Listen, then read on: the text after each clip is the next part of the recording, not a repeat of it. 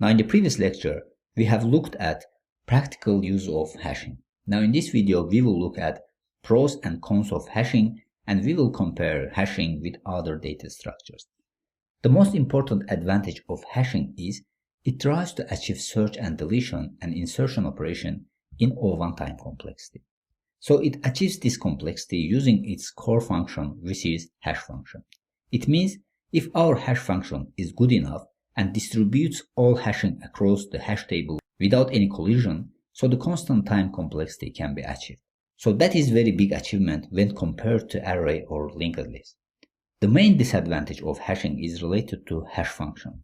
It means if hash function is not distributing hash values very well, then we will have collisions, and we know that if we have more collisions, the performance of search, insert, and deletion operations will be affected.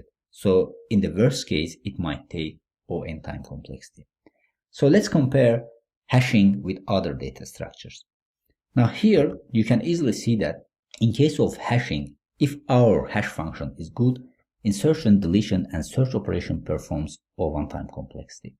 Now if we compare this with the other data structures, in case of array, you see that all these operations take O(n) time complexity, and in case of linked list also it takes O(n) time complexity. Now tree data structure is better than array and linked list in case of these insertion, deletion, and search operations, but hashing has the best performance in case of these operations if we have good hash function.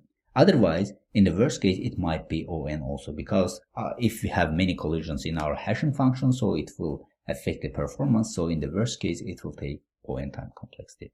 Now from this table, you can easily see the comparison between the other data structures and hashing. Now with this, we have completed hashing section. Now from the next lecture, we will start brand new section. So see you in the next section.